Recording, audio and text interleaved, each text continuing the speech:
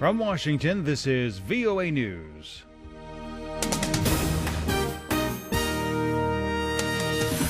I'm Steve Miller reporting.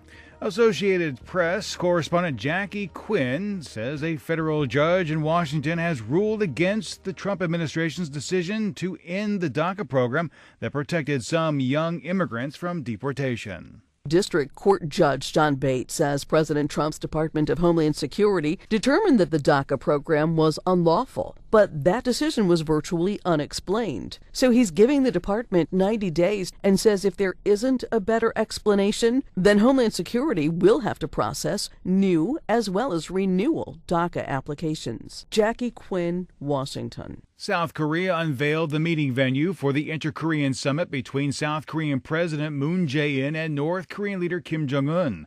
VOA's Michael Brown has more. The room was prepared on the second floor of the House of Peace in the South Korean side of the truce village of Panmunjom. Moon and Kim will sit down at Panmunjom on Friday, April 27th, to discuss a range of issues, including North Korea's nuclear weapons program. The inter-Korean talks and a planned meeting between Kim and U.S. President Donald Trump in the coming weeks have raised hopes of easing tensions on the peninsula that reached a crescendo last year amid a flurry of North Korean missile tests and its largest nuclear test. I'm Michael Brown, VOA News. U.S. President Donald Trump said Tuesday he was profoundly honored to host French President Emmanuel Macron for the first official state dinner of his administration. Tuesday's dinner was a relatively low-key affair compared to other first state dinners from previous administrations. President Macron will address a joint session of Congress on Wednesday. For additional stories, visit our website. This is VOA News. The World Health Organization is joining a worldwide call to stop a resurgence of malaria that threatens much of the progress made over past decades. To mark World Malaria Day, the WHO is pushing for urgent action and money. Lisa Schlein reports for VOA from WHO headquarters in Geneva. For many years, World Malaria Day has been a cause for celebration, but not this year.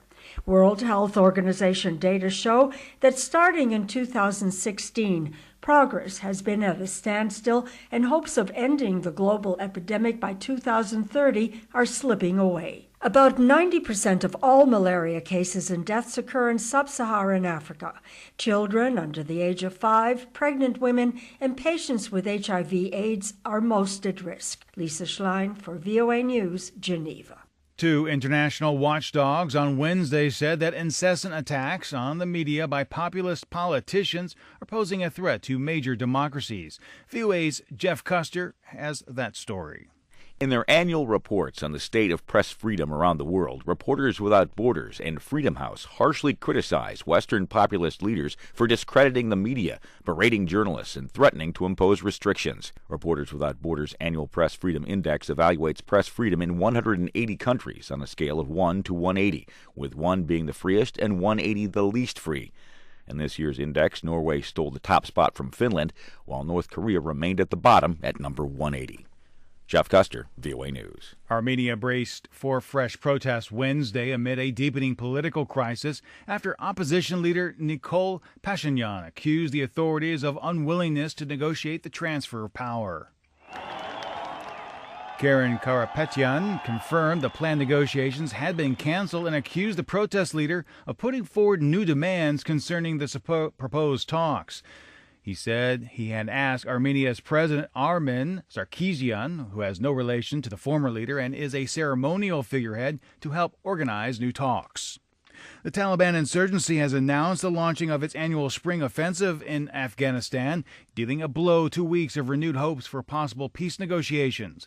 The announcement came weeks after Afghan President Ashraf Ghani offered to engage in unconditional talks with the Taliban for ending the 17-year-old increasingly deadly conflict. Iran's president has ruled out any changes or additions to the 2015 nuclear deal in response to French efforts to convince U.S. President Donald Trump to stick with the landmark agreement. Be sure to follow The Voice of America on social media for pictures, videos, stories, and more. I'm Steve Miller, VOA News.